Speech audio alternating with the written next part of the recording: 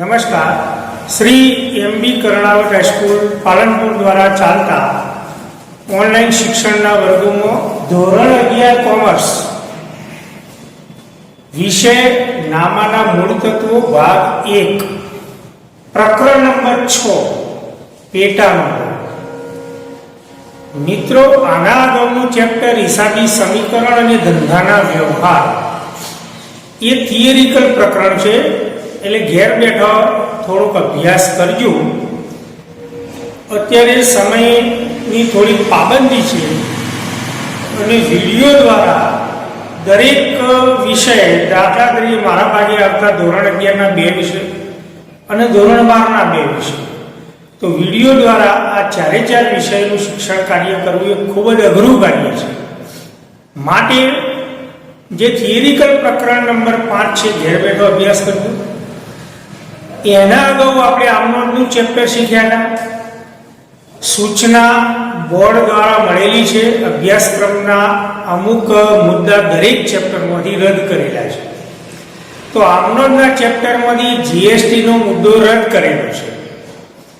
તો જીએસટી ના મુદ્દાવાળો દાખલો આપણા આમનોંધના પ્રકરણમાં આવશે નહીં અને પેટા નોંધો જે શીખીએ એમાં પણ નહીં આવે।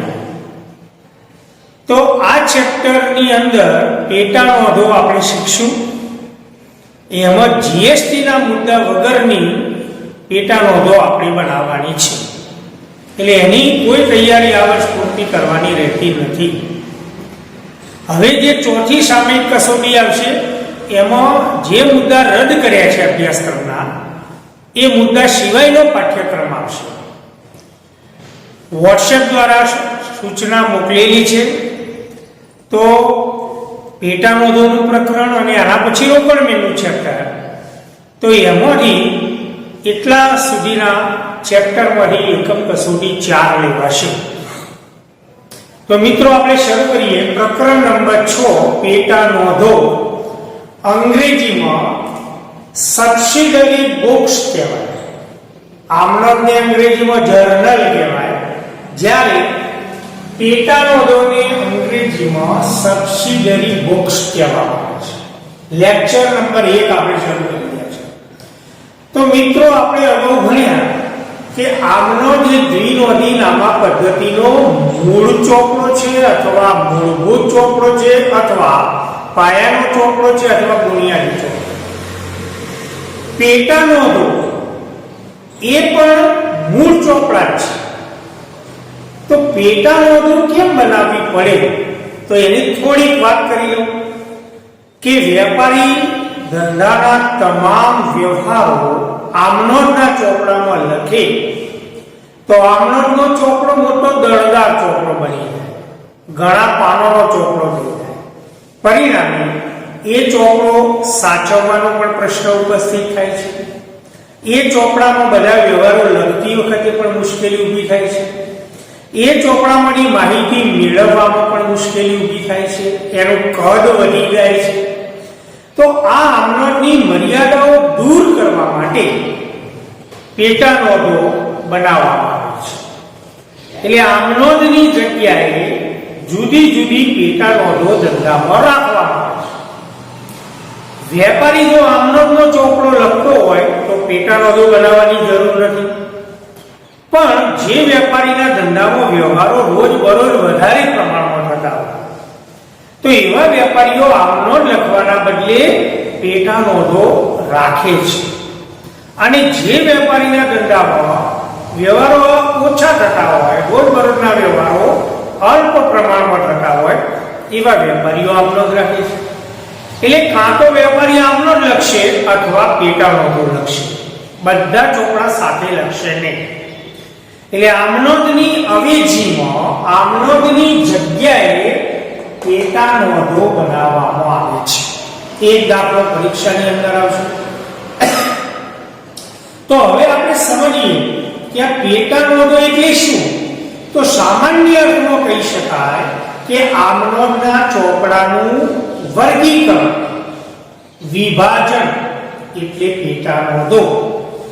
પણ એને સ્પષ્ટ ભાષામાં કહેવું હોય તો ધંધામાં એક જ પ્રકારના ઘણા વ્યવહારો દાખલા તરીકે માલની ખરીદીના વ્યવહાર, માલના વેચાણના વ્યવહાર, ખરીદ પરતના વ્યવહાર, વેચાણ પરતના વ્યવહાર, રોકડના વ્યવહારો, લેણી ઉંડીના વ્યવહારો, દેવી ઉંડીના વ્યવહારો, આવા એક જ પ્રકારના વ્યવહારો જે ધંધામાં વારંવાર થતા વધારે પ્રમાણમાં થતા એવા વ્યવહારો અલગ ચોપડામાં લખવામાં આવે તો એને સામાન્ય અર્થમાં પેટા નોંધ તરીકે ઓળખવામાં આવે છે.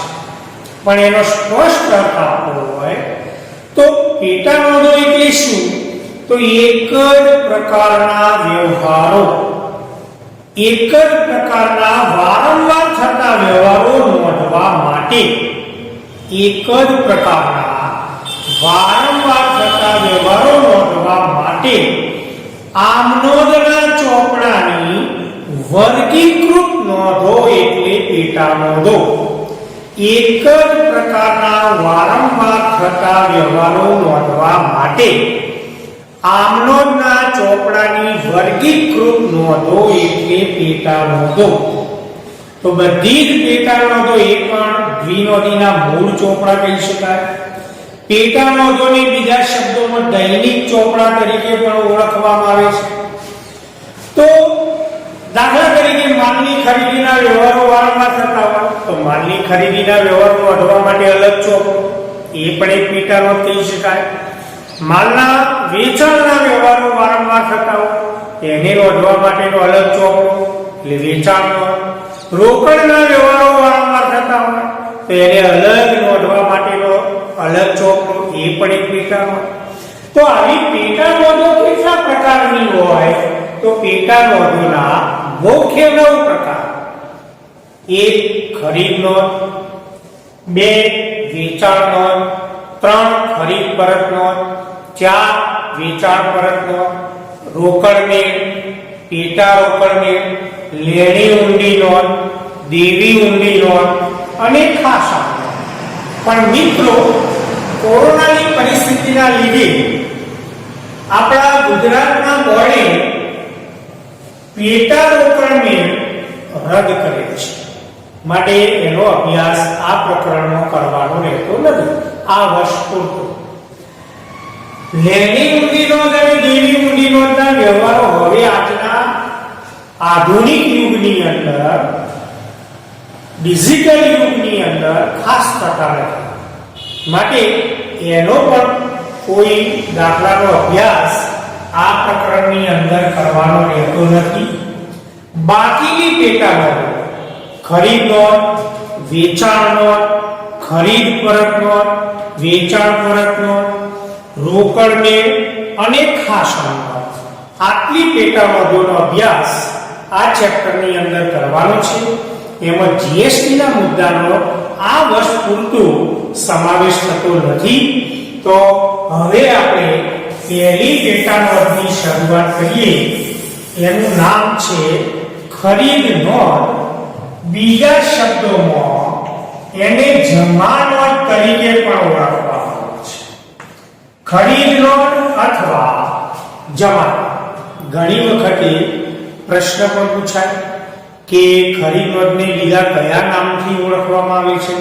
તો ખરીદ નોંધને બીજા શબ્દોમાં જમા નોંધ, અંગ્રેજીમાં પરચેજ બુક તરીકે ઓળખવામાં આવે. પરચેજ એટલે ખરીદી.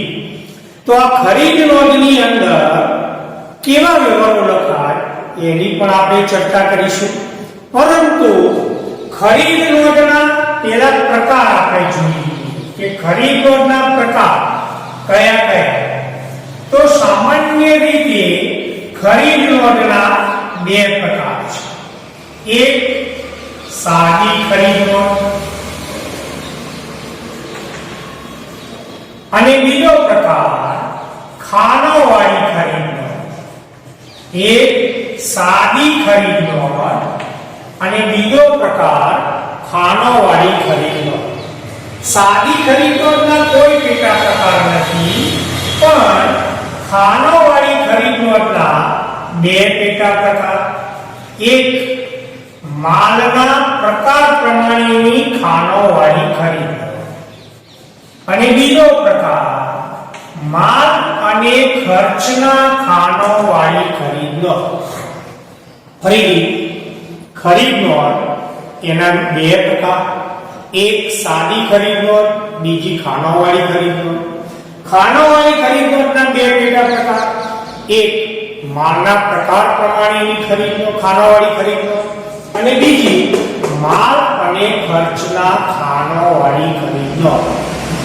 એમાં મિત્રો આ વસ્તુનો માલ અને ખર્ચના ખાનાવાળી ખરીદ નોંધનો અભ્યાસ કરવાનો નથી. અભ્યાસક્રમની આ વર્ષે આપણે દૂર કરેલું છે, માટે આ ખરીદ નોંધ આપણે આ વર્ષે શીખવાની નથી. આ વર્ષે આપણે ખરીદ નોંધમાં એક સાદી ખરીદ નોંધ અને બીજી ખાનાવાળી ખરીદ નોંધ, એમાં ફક્ત માલના પ્રકાર પ્રમાણેની ખાનાવાળી ખરીદ નોંધ બનવાની છે. એ જ મુદ્દો વેચાણ નોંધને લાગુ પડશે. વેચાણ નોંધ એને બીજા શબ્દોમાં ઉધાર નોંધ કહેવાય. એના પણ બે પેટા પ્રકાર, સાદી વેચાણ નોંધ, ખાનાવાળી વેચાણ નોંધ. ખાનાવાળી વેચાણ નોંધના બે પેટા પ્રકાર, માલના પ્રકાર પ્રમાણેની ખાનાવાળી ખરીદ નોંધ અને માલ અને ખર્ચના ખાનાવાળી ખરીદ નોંધ.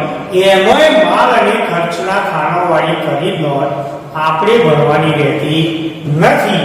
તો આજે આપણે પહેલા સાદી ખરીદ નોંધની ચર્ચા કરીશું. તો ખરીદ નોંધ એટલે સાદી ખરીદ નોંધ. તો એનો નમૂનાનો આપણે અભ્યાસ કરીએ કે સાદી ખરીદ નોંધનો નમૂનો કેવો હોય. પછી આપણે એને લગતા મુદ્દાઓની ડિટેલ્સમાં ચર્ચા કરીશું. સૌથી પહેલું શીર્ષક લખાય શ્રી ખાલી જગ્યાની સાદી ખરીદ નોંધ. હવે અહીંયા જે વેપારીનું નામ આપ્યું હોય કે જે પેઢીનું નામ આપ્યું હોય એનું નામ લખવામાં આવે છે. તો શ્રી ખાલી જગ્યાની ખરીદ નોંધ. હવે એનો નમૂનો આપણે તૈયાર કરી દઈએ. તો આટલા ખાના આ ખરીદ નોંધની અંદર બનાવવામાં આવે છે. સૌથી પહેલું ખાનું તારીખનું નામ. પહેલું ખાનું તારીખ, ચર્ચા આપણે કરીએ છીએ. બીજું ખાનું એ વિગતનું ખાનું કહેવાય અને વિગતના ખાનાની અંદર વેપારીનું નામ લખાય. ત્યાર પછી ત્રીજા નંબરનું ખાનું આવક ભરતિયા નંબર. એના પછીનું ખાનું ખાતા વહી પાના નંબર. ખાતા વહી પાના નંબર અને છેલ્લું ખાનું રકમનું ખાનું બનાવવામાં આવે છે. અને બધા વ્યવહારો નોંધ્યા પછી અહીંયા છેલ્લા ખાનાની અંદર સરવાળો કરવાનો છે. હવે નમૂનાની ચર્ચા કરીએ. સૌથી પહેલું શીર્ષક લખાય શ્રી ખાલી જગ્યાની સાદી ખરીદ. સાદી ખરીદ નોંધ એટલે જે ખરીદ નોંધમાં રકમનું એક જ ખાનું બનાવવામાં આવે છે એને સાદી ખરીદ નોંધ કહેવાય. એનો નમૂનો પહેલું ખાનું તારીખ, પછી બીજું ખાનું વિગત, એમાં વેપારીનું નામ લખાય. ત્રીજું ખાનું આવક ભરતિયા નંબર, ચોથું ખાનું ખાતા વહી પાના નંબર અને છેલ્લું ખાનું રકમ. તારીખના ખાનામાં આવકની માફક પહેલા વર્ષ લખાય, પછી જે માસની ખરીદ નોંધ બનાવતા હોય માસ લખાય અને તારીખ ક્રમાનુસાર લખાય. વિગતના ખાનું એટલે વેપારીનું નામ.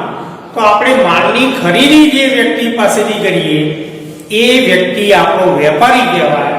તો જે વેપારીનું નામ આપ્યું હોય અહીંયા લખાય. આવક ભરતિયા નંબર એટલે બિલ નંબર. માલની ખરીદી કરીએ તો બિલ આપણા ધંધામાં આવે છે. તો જે બિલ નંબર દાખલામાં આપ્યો હોય બિલ નંબર લખાય.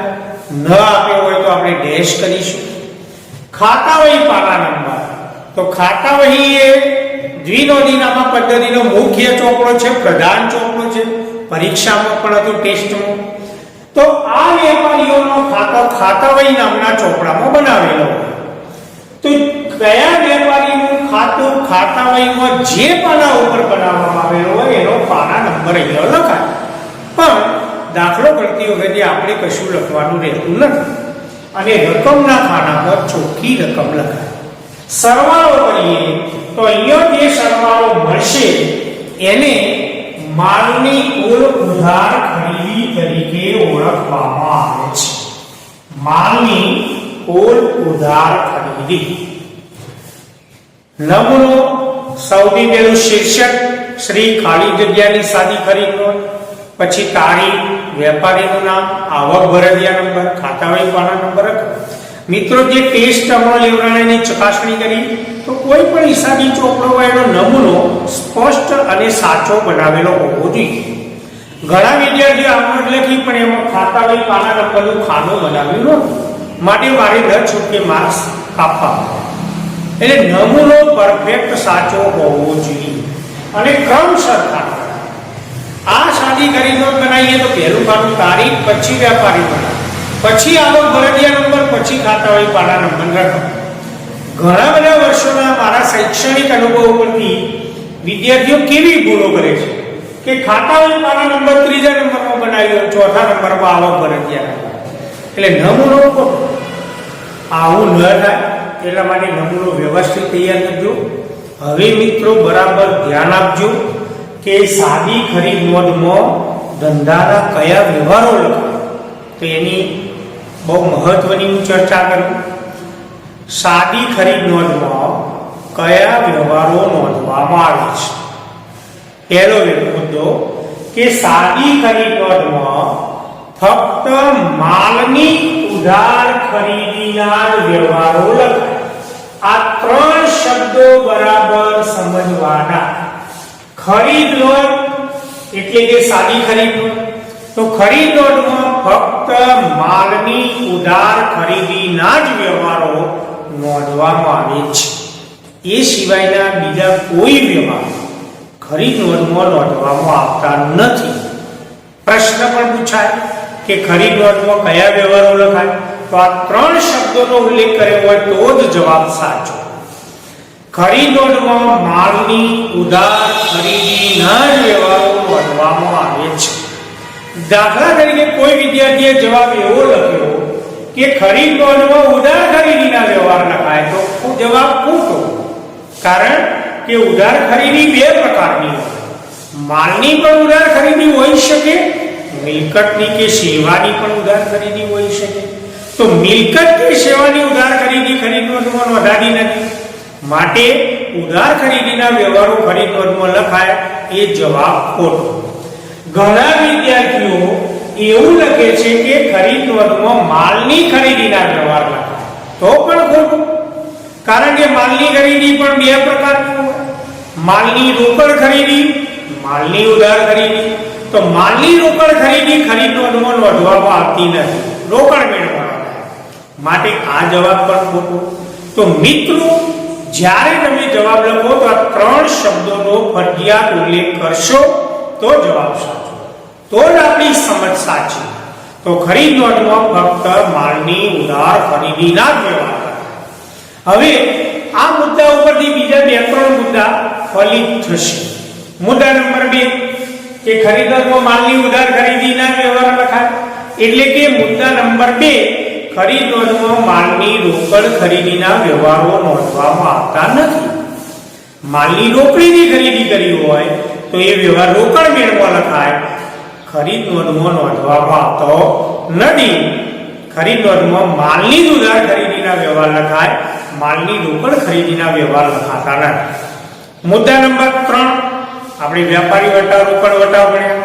તો વેપારી માલની ઉધાર ખરીદીનો વ્યવહારમાં વેપારી વટાવ બાદ કર્યા પછીની ચોખ્ખી રકમની નોંધ ખરીદ નોંધમાં થાય. અગાઉ આપણે ભણ્યા હતા કે વેપારી વટાવ રોકડ વ્યવહાર હોય તો પણ બાદ થાય, ઉધાર વ્યવહાર હોય તો પણ બાદ થાય. તો આપણે માલની ઉધાર ખરીદીના વ્યવહાર ખરીદ નોંધમાં લખીએ છીએ. તો માલની ઉધાર ખરીદી કરતી વખતે વેપારી આપણને વેપારી વટાવ આપ્યો હોય તો વેપારી વટાવ બાદ કર્યા પછીની ચોખ્ખી રકમની નોંધ ખરીદ નોંધમાં કરવામાં આવે છે. મુદ્દા નંબર 4 રોકડ વટાવ ધ્યાનમાં લેવામાં આવતો નથી. ખરીદ નોંધ બનાવતી વખતે રોકડ વટાવ બાદ કરવામાં આવતો નથી. કારણ કે અગાઉ આપણે ભણ્યા રોકડ વટાવ રોકડ વ્યવહાર હોય તો જ બાદ થાય. આપણે ખરીદ નોંધમાં માલની ઉધાર ખરીદી નોંધીએ છીએ, તો જ્યારે આપણે માલ ઉધાર ખરીદીએ તો સામેનો વેપારી આપણને રોકડ વટાવ આપવાનો નથી. માટે દાખલામાં રોકડ વટાવનો ઉલ્લેખ કર્યો હોય તો પણ રોકડ વટાવ બાદ કરવામાં આવતો નથી. વેપારી વટાવ બાદ કર્યા પછીની રકમની નોંધ થાય, પણ રોકડ વટાવ બાદ કરવામાં આવતો નથી. ત્યાર પછીનો મુદ્દો કે સાદી ખરીદ નોંધમાં મિલકતની ઉધાર ખરીદી કે મિલકતની રોકડ ખરીદી ખરીદ નોંધમાં નોંધવામાં આવતી નથી. ફક્ત માલની ઉધાર ખરીદી નોંધાય. મિલકતની ઉધાર ખરીદી કે મિલકતની રોકડ ખરીદી ખરીદ નોંધમાં નોંધવામાં આવતી નથી. મિલકતની ઉધાર ખરીદી ખાસ આમનોંધના ચોપડામાં નોંધાય. મિલકતની રોકડ ખરીદી રોકડ મેળમાં નોંધાય. માટે મિલકતની ખરીદીનો વ્યવહાર ખરીદ નોંધમાં નોંધવામાં આવતો નથી. મહત્વનો મુદ્દો કે અંશતઃ માલની ઉધાર ખરીદી કરી હોય, અંશતઃ માલની રોકડ ખરીદી કરી હોય તો પૂરેપૂરી ઉધાર ખરીદી ગણી પૂરી ઉધાર ખરીદીની નોંધ પૂરી રકમથી ખરીદ નોંધમાં કરવામાં આવે છે, અને જેટલી રોકડ ચૂકવી હોય એની નોંધ રોકડ મેળવવામાં. ફરીથી અંશતઃ માલ ઉધાર ખરીદ્યો હોય, અંશતઃ માલ રોકડેથી ખરીદ્યો હોય તો પૂરેપૂરો ઉધાર વ્યવહાર ગણીને પૂરી રકમની ઉધાર ખરીદીની નોંધ ખરીદ નોંધમાં કરવામાં આવે છે, અને જેટલી રોકડ ચૂકવી હોય એની નોંધ રોકડ મેળવવામાં.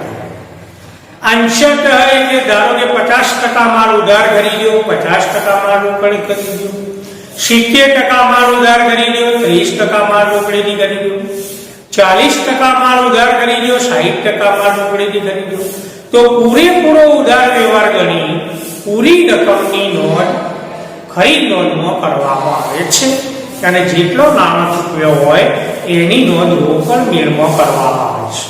મહત્વનો મુદ્દો નવા પાઠ્યક્રમ મુજબ કે જ્યારે આપણે માલની ઉધાર ખરીદી વેપારી પાસેથી કરીએ તો વેપારી આપણને બિલ આપે છે.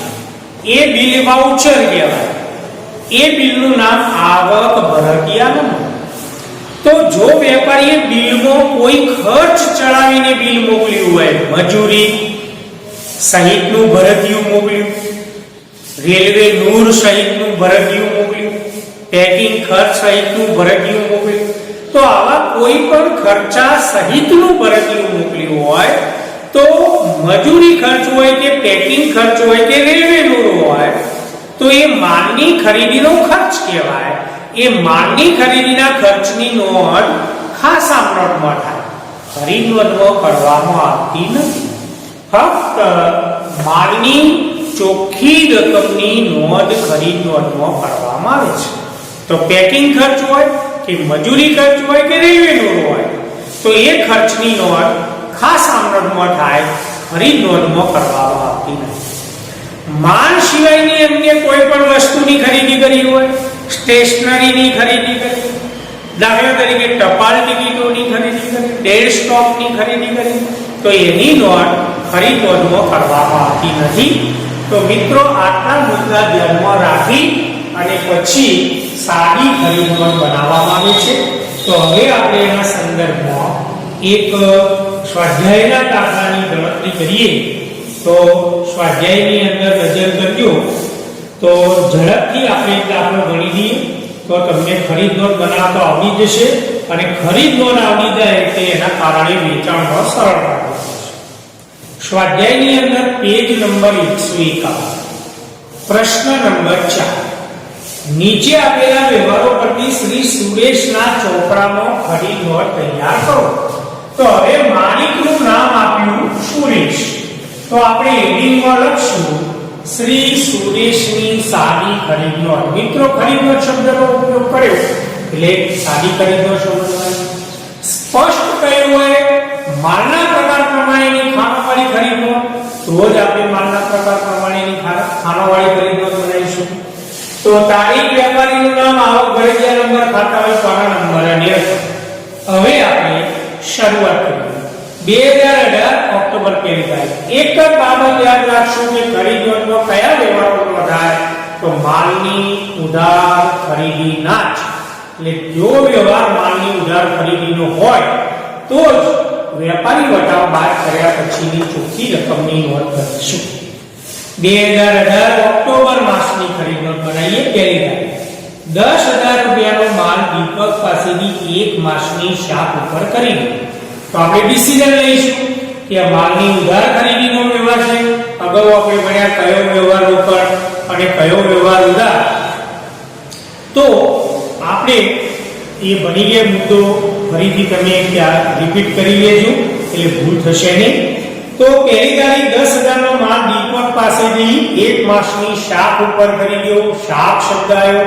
માલની ઉધાર ખરીદી તો માલની ઉધાર ખરીદી છે માટે આપણે ખરીદ નોંધમાં નોંધ કરીશું પહેલા વર્ષ લખાય પછી માસ લખાય અને પછી તારીખ તો 2018 ઓક્ટોબર વેપારીનું નામ તો દીપક પાસેથી માલ ખરીદ્યો તો દીપક ખાતે બિલ નંબર નથી આવ્યો માટે આપણે ડેશ કરીશું વેપારી વટાવ નથી આપ્યો માટે માલની ચોખ્ખી ખરીદીની રકમ ₹10,000 3 તારીખ 20,000 નો માલ સરકાર સ્ટોર્સમાંથી 10% વેપારી વટાવે ખરીદ્યો ભરતિયા નંબર 116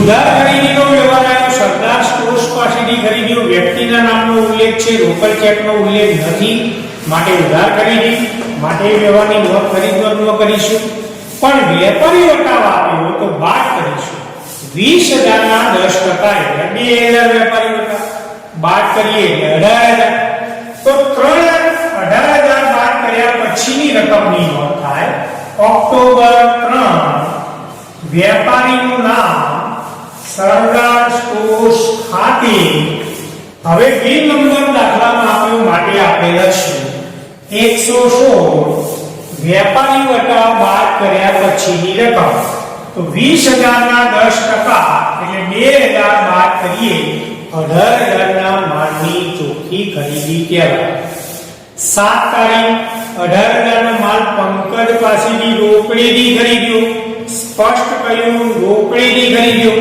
માલની રોકડ ખરીદી ખરીદ નોંધમાં નોંધાય નહીં રોકડ મેળવવાની નોંધ થાય તો 7 તારીખનો વ્યવહાર રોકડ ખરીદીનો છે માટે એની નોંધ રોકડ મેળવવા થશે ખરીદ નોંધ 15 રાજેશને 20,000 નો માલ 10% વેપારી વટાવે મોકલી આપવાનો ઓર્ડર આપ્યો તો આપણે રાજેશનો માલ મોકલવાનો ઓર્ડર આપ્યો તો અગાઉ આપણે મળ્યા ઓર્ડર આપ્યો ઓર્ડર મળ્યો હોય બિનઆર્થિક વ્યવહાર કહેવાય એનું નામ લખવામાં આવતું નથી 15 તારીખનો વ્યવહાર બિનઆર્થિક નોંધ થશે 20 તારીખ 16,000 નું ફર્નિચર વ્યાસ ફર્નિચર માર્ટમાંથી એક માસની શાક ઉપર ખરીદી શાની ખરીદી કરી તો ફર્નિચરની ખરીદી કરી માલની ખરીદી કહેવાય નહીં મિલકતની ખરીદી કરી અને પછી વ્યાસ ફર્નિચર માર્ટ પાસેથી ખરીદ્યું તો મિલકતની ઉધાર ખરીદી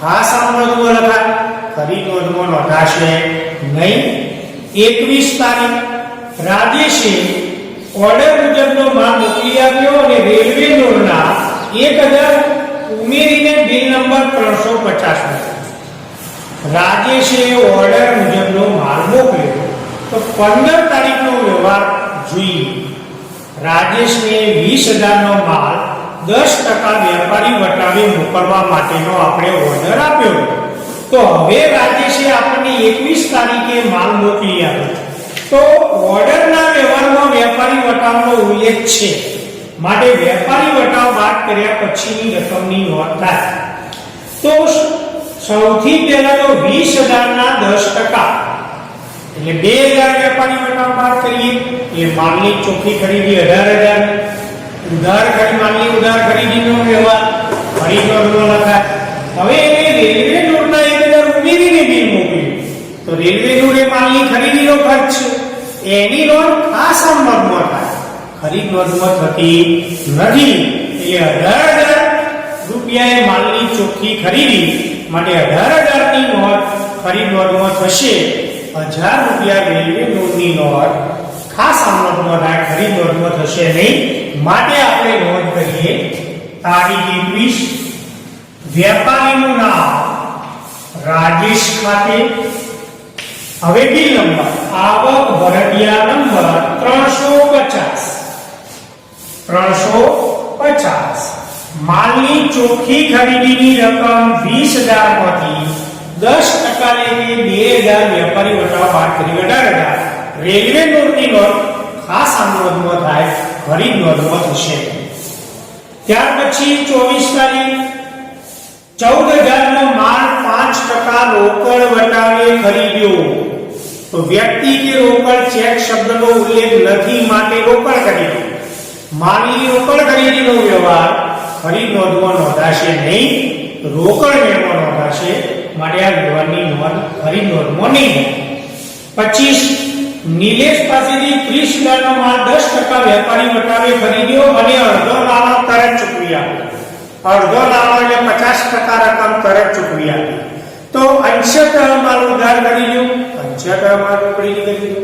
પૂરેપૂરો ઉધાર ખરીદી ગણી પૂરી રકમની નોંધ આપણે ખરીદ નોંધમાં ગણી અને 50% નાણાં ચૂકવ્યા એની નોંધ રોકડ મેળવમાં થશે. સૌથી પહેલા આપણે વેપારી વટાવ બાદ કરીશું. 30000 ના 10% વેપારી વટાવ એટલે 3 બાદ કરીએ એટલે 27. હવે 27000 ના 50% તો 13500 નો નાણાં ચૂકવી દીધો એટલે 13500 નો માલ રોકડી દીધો. બાકીના 50% લીધી 13500 નો માલ ઉધાર કરી દીધો. પણ અંશતઃ ઉધાર અંશતઃ રોકડ ખરીદીનો વ્યવહાર હોય તો પૂરી રકમ 27000 ની નોંધ ખરીદ નોંધમાં થાય અને 13500 જે ચૂકવ્યા એની નોંધ રોકડ મેળવમાં થશે. માટે પૂરેપૂરી રકમની નોંધ આપણે કરીશું. તો તારીખ 25 વેપારીનું નામ નિલેશ ખાતે. આવક ભરડિયા નંબર દાખલામાં નથી આપ્યો તો નહીં લખી. 30000 ના 10% 3000 બાદ કરીએ તો માલની પૂરેપૂરી રકમની ઉધાર ખરીદી 27. 26 તારીખ ચિરાગ પાસેથી 15000 નો માલ 10% વેપારી વટાવે અને 5% રોકડ વટાવે ખરીદ્યો. નાણાં તરત જ ચૂકવી આપ્યો. હવે આ વ્યવહારમાં નાણાં પૂરેપૂરો તરત ચૂકવ્યો, માટે માલની પૂરેપૂરી રોકડ ખરીદી કહેવાય, રોકડ વ્યવહાર કહેવાય. માટે એની નોંધ રોકડ મેળવવા થાય, ખરીદ નોંધમાં થશે. છેલ્લી તારીખ 30 તારીખ નીતિન પાસેથી 40000 નો માલ ખરીદ્યો. Bill number 151. વ્યક્તિના નામનો ઉલ્લેખ છે, રોકડ ચેકનો ઉલ્લેખ નથી, માટે માલની ઉધાર ખરીદીનો વ્યવહાર કહેવાય. માટે ખરીદ નોંધમાં એની પૂરી રકમની નોંધ કરીશું. વેપારી વટાવનો ઉલ્લેખ નથી, માટે પૂરેપૂરા 40000 ની નોંધ આપણે ખરીદ નોંધમાં કરીશું. તો તારીખ 30 વેપારીનું નામ નીતિન પાસેથી માલ ખરીદ્યો. તો નીતિન ખાતે આવક ભરડિયા નંબર 151 અને પૂરી રકમની નોંધ આપણે ખરીદ નોંધમાં કરીશું 40. હવે કોઈ વ્યવહાર નોંધવાનો બાકી રહેતો નથી, તો આપણે હવે સરવાળા કરી દઈએ. સરવાળો 1,13,000 જે સરવાળો મળ્યો એને કહેવાય કુલ ઉધાર ખરીદી. એટલે ઓક્ટોબર માસ દરમિયાન આ વેપારીએ 1,13,000 નો માલ ઉધાર ખરીદ્યો એમ કહેવાય.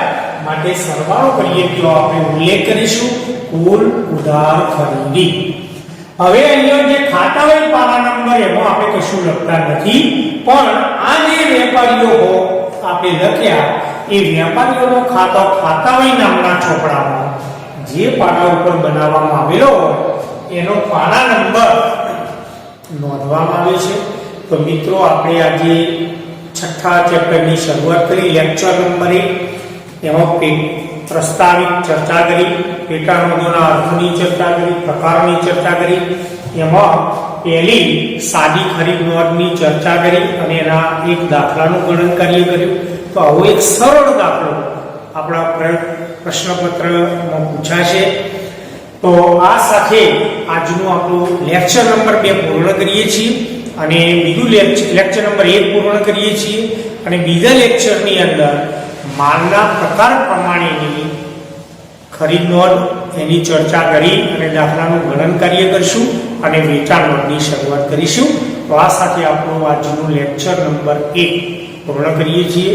મહેનત કરતા રહેજો, સલામત રહેજો, સાવચેતી રાખજો, સુરક્ષિત રહેજો. ધન્યવાદ.